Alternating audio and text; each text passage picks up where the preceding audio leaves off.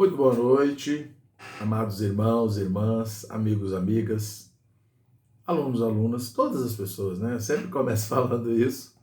Estamos aqui para continuar a nossa caminhada, falando de Daniel, o destino do governo humano. Nosso livro está aqui, do nosso amado irmão Dong Yulan.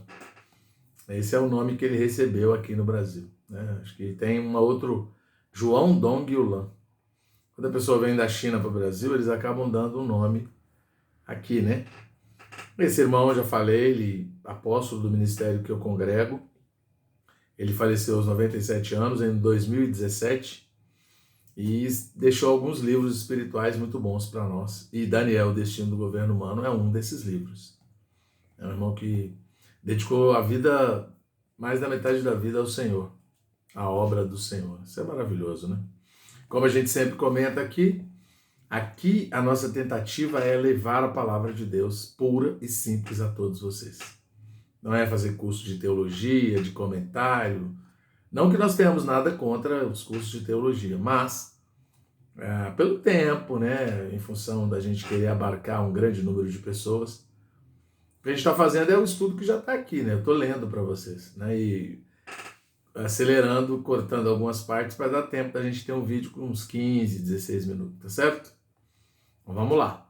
O capítulo 3, o título é A Vitória sobre a Comida Sacrificada a Ídolos.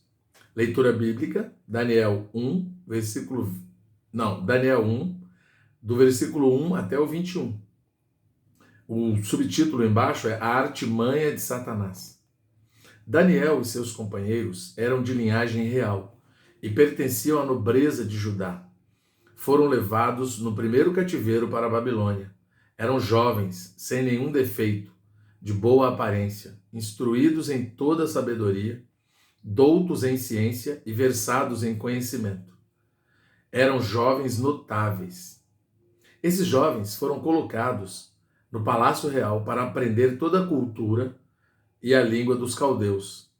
Estavam sendo treinados para assistir na presença do rei.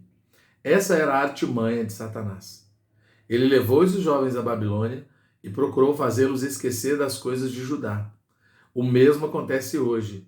O inimigo leva os filhos de Deus às divisões e os faz esquecer do propósito original de Deus.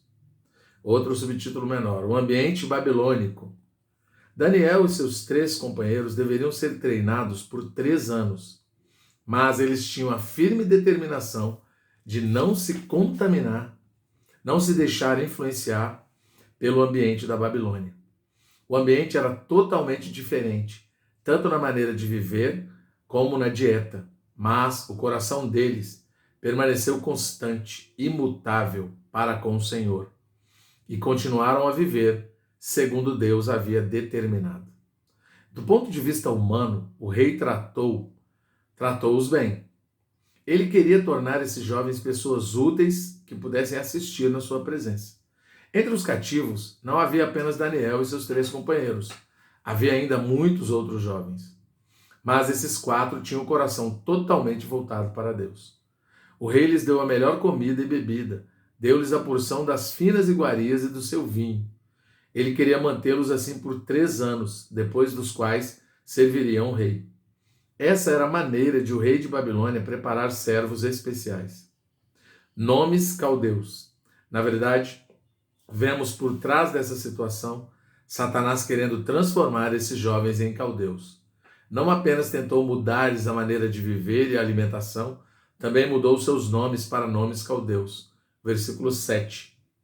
Agora, o alimento era caldeu, a maneira de viver caldeia, a religião reinante era caldeia, e até seus nomes eram caldeus. Tudo era caldeu.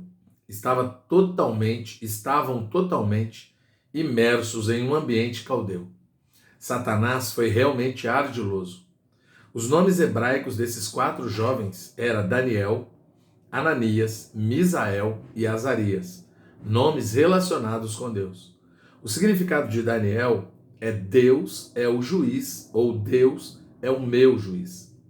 O significado de Ananias é Jeová é benigno, ou o favorito de Jeová. Misael significa quem é como Deus? e Azarias quer dizer Jeová é o meu socorro. Agora seus nomes foram mudados para nomes caldeus, nomes ligados a ídolos caldeus. Daniel foi mudado para Beltesazar, que quer dizer o príncipe de Bel, ou o favorito de Bel.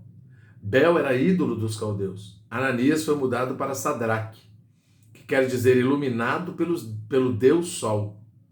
Misael foi mudado para Mesaque, que significa quem é como a deusa Zaque? E Azarias foi mudado para Abednego, cujo significado é o servo fiel do Deus Fogo Nego. A artimanha de Satanás era unir esses jovens aos ídolos, no nome, na instrução, na dieta e na maneira de viver. A comida sacrificada a ídolos e a vitória de Daniel e seus 3 companheiros. O versículo 5 diz: determinou-lhes o rei a ração diária, das finas iguarias da mesa real, e do vinho que ele bebia, e que assim fossem mantidos por 3 anos, ao cabo dos quais assistiriam diante do rei. As finas iguarias do rei e o seu vinho representam, por um lado, as coisas do mundo, e por outro, principalmente a comida sacrificada a ídolos. Resolveu Daniel firmemente não contaminar-se com as finas iguarias do rei, nem com o vinho que ele bebia. Então pediu ao chefe dos eunucos que lhe permitisse não contaminar-se. Versículo 8. Porém, Daniel e seus 3 companheiros não quiseram contaminar-se porque não queriam ter parte com os ídolos. Isso é o que está descrito em 1 Coríntios 10, de 18 a 20. Considerai o Israel segundo a carne. Não é certo que aqueles que se alimentam dos sacrifícios são participantes do altar? Que digo, pois? Que o sacrificado ao ídolo é alguma coisa? Ou que o próprio ídolo tem algum valor? Antes digo que as coisas que eles sacrificam é a demônios que as sacrificam, e não a Deus. E eu não quero que vos torneis associados aos demônios. Isso aqui é Paulo falando para a igreja em Corinto, né? Mas tem relação com essa questão de Daniel e dos amigos de Daniel. A aplicação no Novo Testamento.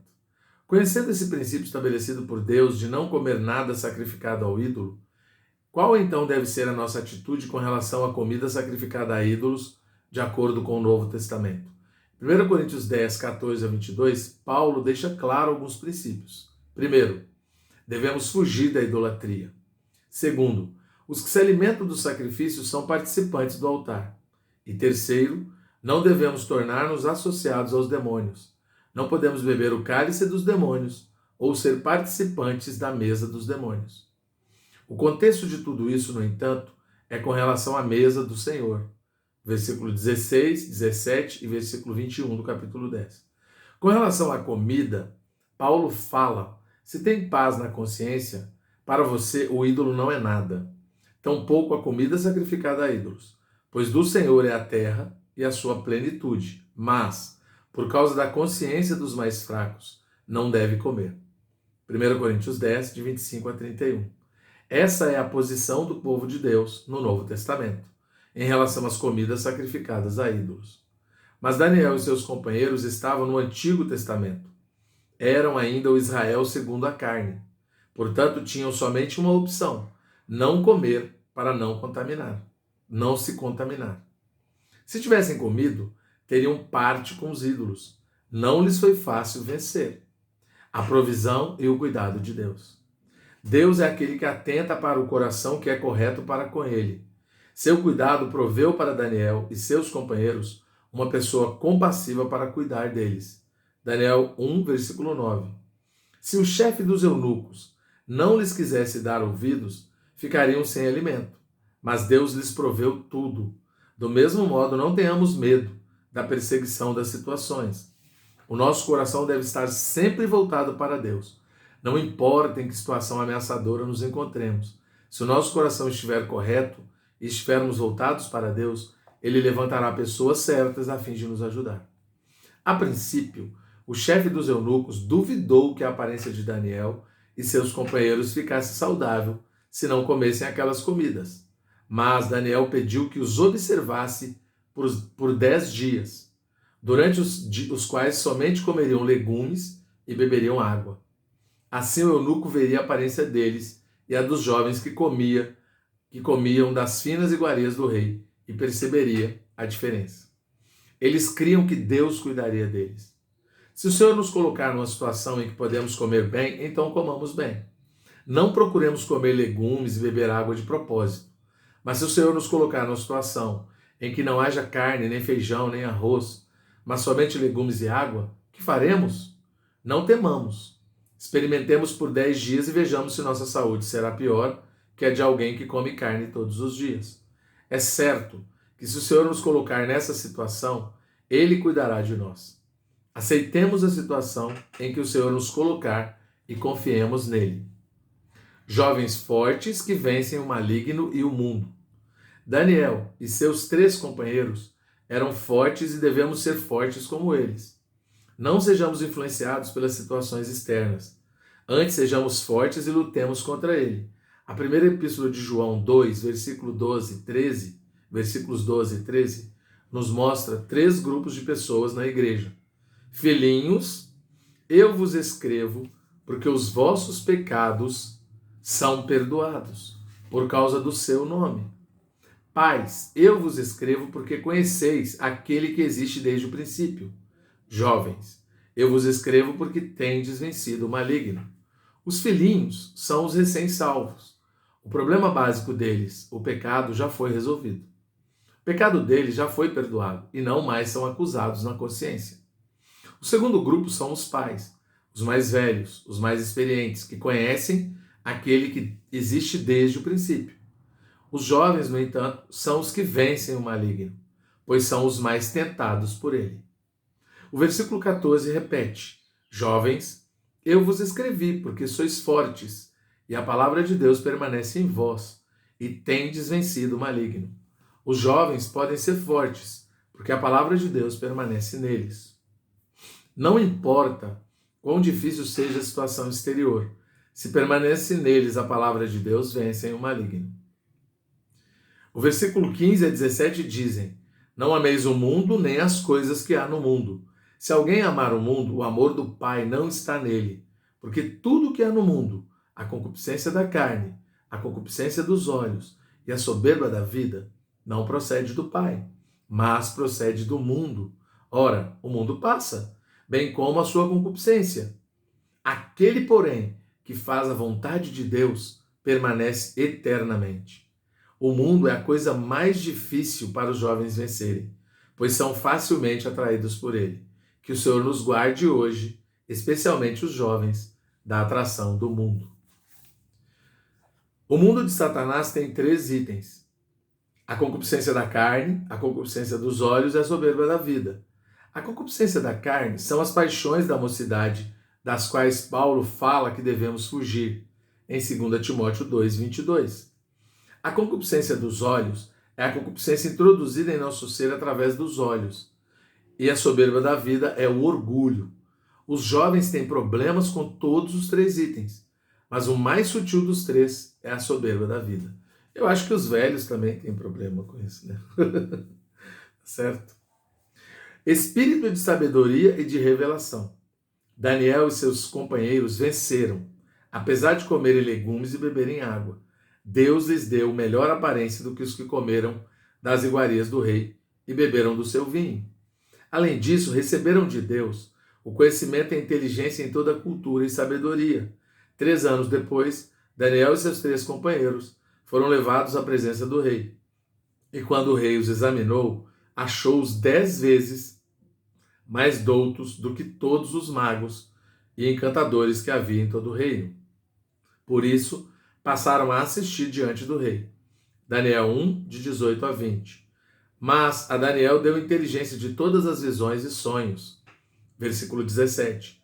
Deus lhe deu espírito de sabedoria e revelação. Em Daniel 4, 8, 9 e 18, Nabucodonosor disse que Daniel tinha o espírito dos deuses santos. O que ele tinha, na verdade, era o espírito de sabedoria e de revelação, da parte de Deus. Hoje também somos Daniéis.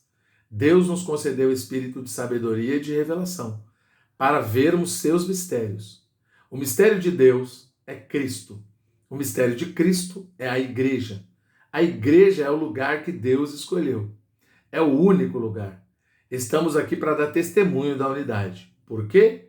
porque tivemos a revelação da igreja. Eu vou repetir. Mistério de Deus, Cristo. Mistério de Cristo, a igreja. O mistério da igreja, lá em 1 Timóteo, me parece, vai falar, é a piedade. Fiel à visão. Vejamos agora o último versículo. Daniel continuou até o primeiro ano do rei Ciro, versículo 21. Por que esse versículo está aqui? Para mostrar que Daniel continuou até o final do cativeiro. Ele foi levado cativo no ano 606 a.C. e continuou até o primeiro ano do rei Ciro, 536 anos antes de Cristo. Provavelmente foi ele quem levou ao rei Ciro a visão da reedificação do templo. Deve ter lhe falado dos 70 anos de cativeiro profetizados por Jeremias e de como Ciro já havia sido escolhido por Deus e mencionado em Isaías capítulos 42 a 45, aproximadamente 100 anos antes, e de como Deus já havia predito que ele daria a ordem para a reedificação do templo, não por preço nem por presentes. Isaías 45, versículo 13. Ciro, então, foi animado por ele e deu ordem aos judeus que voltassem para reconstruir o templo. Daniel foi um vencedor, permaneceu fiel ao Senhor e ao seu propósito em todos os 70 anos de cativeiro, desde o começo até a ordem para a restauração do templo. Que todos sejamos os Daniéis de hoje. Aleluia. Deus abençoe. Esse foi o nosso capítulo 3.